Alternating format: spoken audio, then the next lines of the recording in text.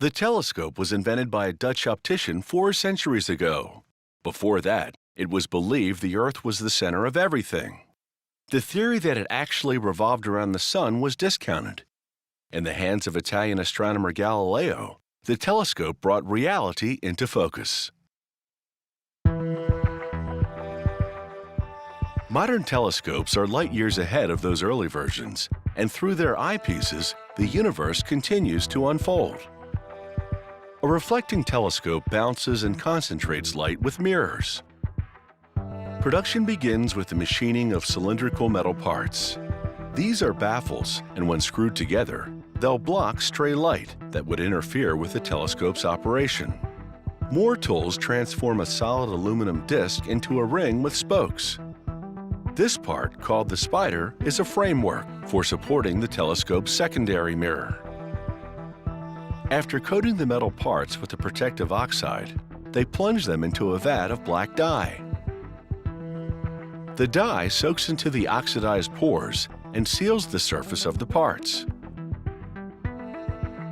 Next, this molded disc of thick, low-expansion glass will become the telescope's primary mirror. A diamond-edged tool rotates on a calculated tilt to make the glass slightly concave. To improve the concave profile, a worker coats the glass with abrasive. He adds a weight to a precisely curved cast iron disc and spins it. The weighted iron disc bears down on the abrasive-coated glass to fine-tune its curvature.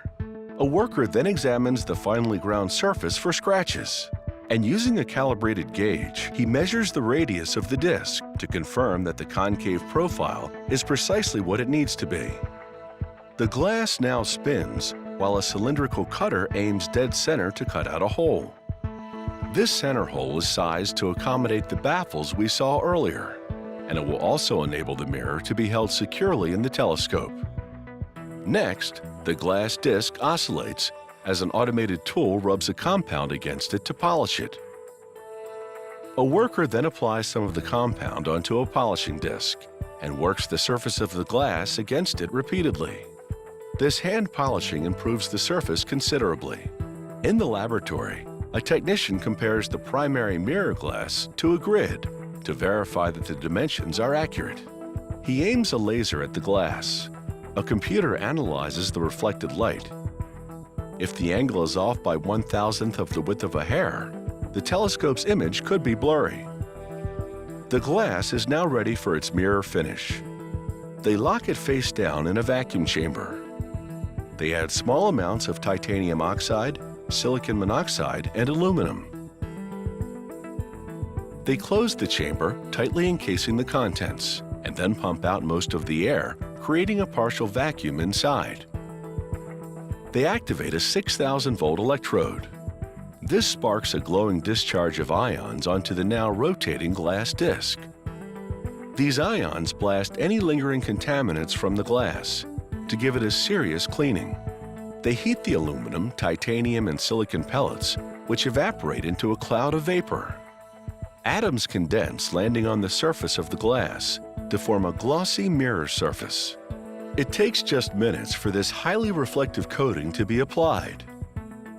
This telescope mirror is now ready to reflect light from the stars and planets in the sky. Next, a technician screws lenses into the metal housing for the primary mirror.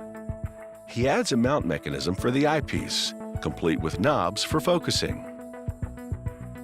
He flips over the assembly and slides that precision-made mirror onto the housing. A cork ring cushions the mirror so a retaining ring can be installed without a scratch. The telescope's primary mirror is now secured to the housing. He pieces together the 3-part baffle, then screws it to the lens holder protruding from the center of the telescope mirror. He joins the baffle and mirror assembly to the telescope tube. The tube has already been equipped with a secondary mirror that will bounce reflected images from the primary mirror back for magnification and viewing. It's taken about 6 weeks to build this telescope, and now it's ready to help unravel the mysteries of the universe.